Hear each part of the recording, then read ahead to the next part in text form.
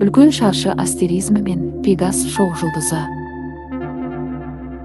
Желтоқсан кештерінде аспанның оңтүстік-шығыс бөлігінен көне мифологиядағы таңғажайып жануар құрметіне аталған шоқжұлдыз табылады. Бұл қанатты Пегас, қазақша пырақ.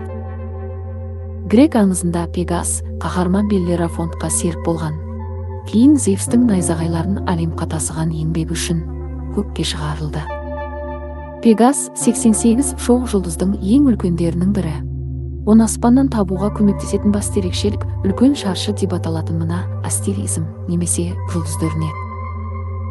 Жарықтығы шамалас 4 жұлдыз аттың денесін құрайды.